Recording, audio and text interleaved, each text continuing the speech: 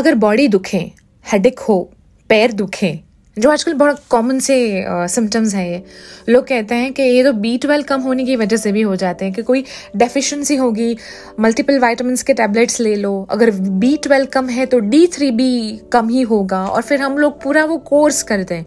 और आपको तो पता ही है कि आजकल इट्स वेरी कॉमन, ये किसी भी एज में होता है, B12 के इश्यू, D3 ना होना।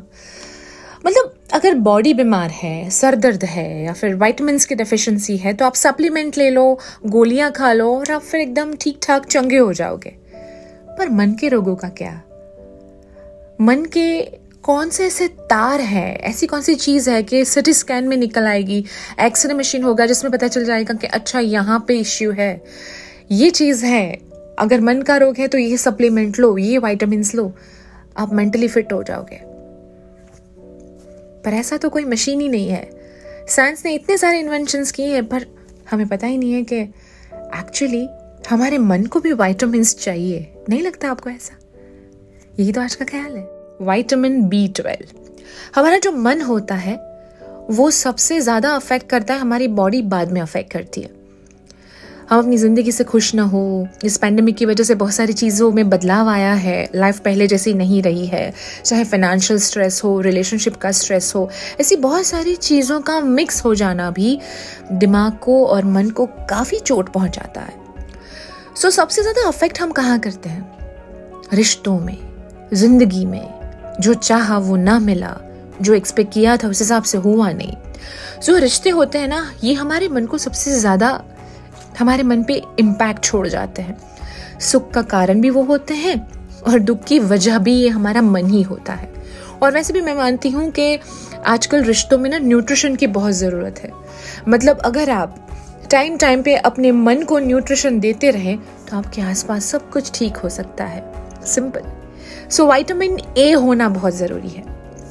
अब विटामिन A, अरे अटैचमेंट, हम भले दूर हैं लेकिन एक दूसरे से अटैच है, एक दूसरे से करीब है, ये एहसास भी आपको अंदर से कितना अच्छा रखता है। So vitamin A is equal to attachment, जो आपकी दोस्ती, आपके रिलेशनशिप को फिर एक बार अपलिफ्ट करता है। और विटामिन A को विटामिन B का अगर सपोर्ट मिल जाए तो रिलेशनशिप बहुत ज्यादा रिफ्रेश हो जाता है।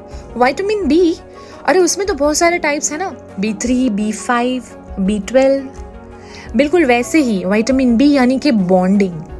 जब रिश्तों में गलतफहमियां होती हैं तो बॉन्डिंग कमजोर हो जाती है। सो गलतफहमियों के वायरस से लड़ने के लिए विटामिन B बहुत अच्छा काम करता है, क्योंकि रिश्ता सिर्फ टेम्पररी नहीं होता, वो याद बन के आगे संभालने के लिए भी बहुत काम करता है। और इसी विटामिन B के साथ अगर आप बारी बारी जब जरूरत हो विटामिन C ऐड कर दो, थोड़ी सी केयर, थोड़ा सा कॉन्फिडेंस तभी आता है आपके रिलेशनशिप में। और अगर उसमें साथ हो हफ्ते में एक बार विटामिन D का, यानी कि डेडिकेशन। इस दुनिया में कोई भी रिश्ता नहीं है जो बिना डेडिकेशन आगे बढ़े। और मन के तो बहुत सारे रोग होते हैं, पता नहीं कौन सा रोग हमें लग जाए। कंपैरिजंस, पॉजिटिवनेस, खामोशी, गलतफहमियां, अविश्वास, न जाने कौन सा रोग हमारे मन को और हमारे रिश्ते को खतरा पहुंचा दे। और दुनिया में ऐसा कोई भी इंसान नहीं जो अकेला रहना चाहता हो। सबको अपने मन को अच्छा रखना होता है, और हमारा मन बहुत सारा जुड़ा हुआ होता है अपने रिश्तों के साथ, अपनी जिंदगी के साथ।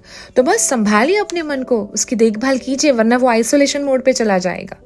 और वैसे भी रिश्तों को न्यूट्रिशन की जरूरत बारी बारी होती है, उन्हें सींचना पड़ता है, उनके साथ ग्रो होना पड़ता है, उनकी देखभाल करनी पड़ती है। इस दुनिया में सबसे डिफिकल्ट अगर कोई मेंटेनेंस मांगता है ना, तो वो रिश्ता है, और हर रिश्ते के साथ हमारा मन जुड़ा हुआ है।